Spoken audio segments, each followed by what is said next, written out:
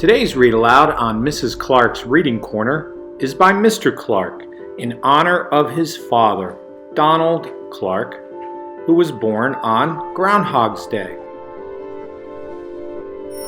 Groundhog's Day Off, written by Robb Pearlman, illustrated by Brett Hellquist. Every year, on one special day in February,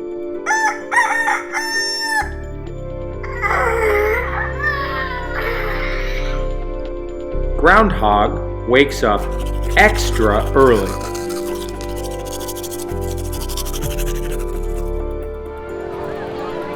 Crowds of people gather outside. Locals, tourists, even the mayor. News reporters with large microphones and big, shiny teeth are waiting. Every year they ask Groundhog the same things. Are there going to be 6 more weeks of winter?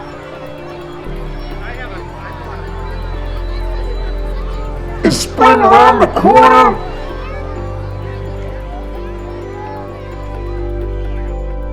But the one thing they never ask Groundhog about is him. No. How are you feeling? No. Have you seen any good movies lately? No. Do you like mushrooms on your pizza? Not even. Who does your fur? Groundhog has more to offer than the forecast.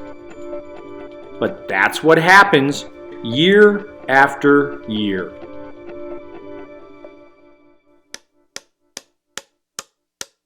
Well, not this year. Dear people, I am a groundhog with feelings and things to say, but all you care about is the weather. So this year, I'm going on vacation. You'll have to find someone new. Sincerely, Groundhog. P.S. I'm taking my shadow with me. Taxi! Groundhog packed his robe, slippers, magazines, and shadow and headed for the spa. The townspeople didn't know what to do. The mayor thought long and hard and finally announced, We'll hold auditions for a new groundhog.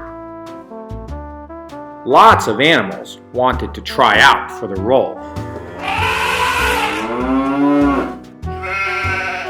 Elephant was just too big.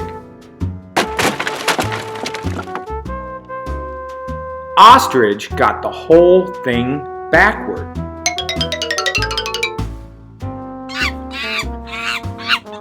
Monkey was asked to leave after an unfortunate banana cream pie incident.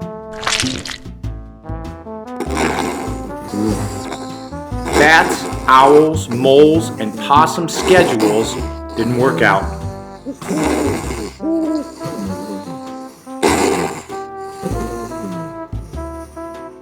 Poor Puppy suffered from stage fright.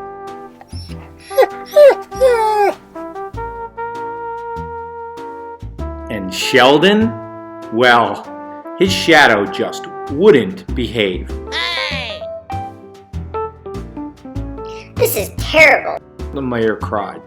There's only one animal right for this job.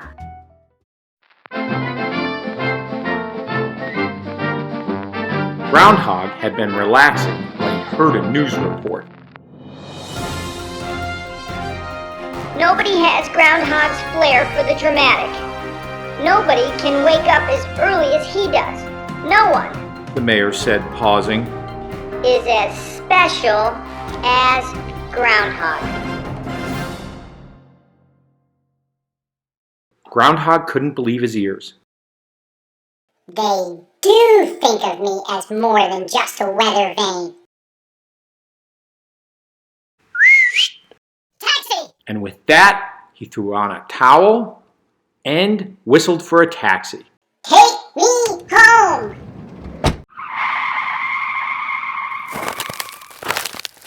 Groundhog tunneled under the stage. Ta-da! And popped out of the hole. The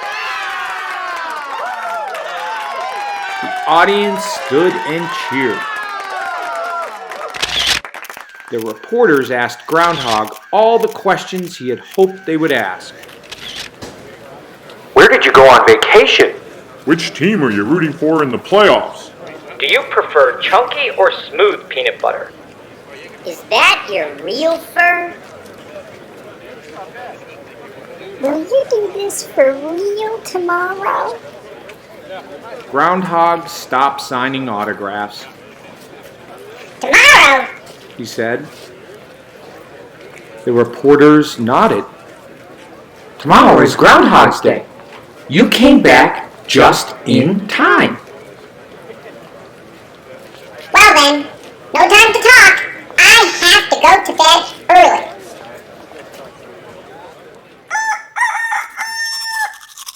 The next morning, Groundhog woke up extra early.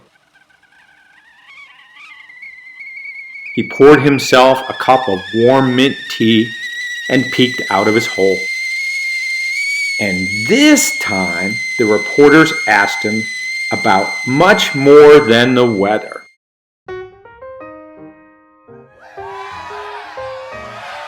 What would we do without you?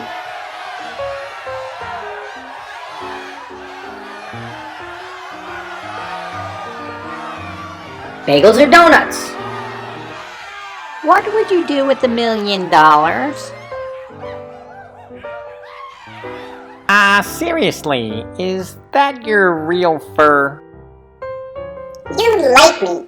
You really like me. Groundhog said with a huge smile. He finally felt like everyone cared about him. He was very happy. That is, until he climbed back down into his hole, turned on the television, and saw that Bunny had hopped away. Auditions would be held in the spring.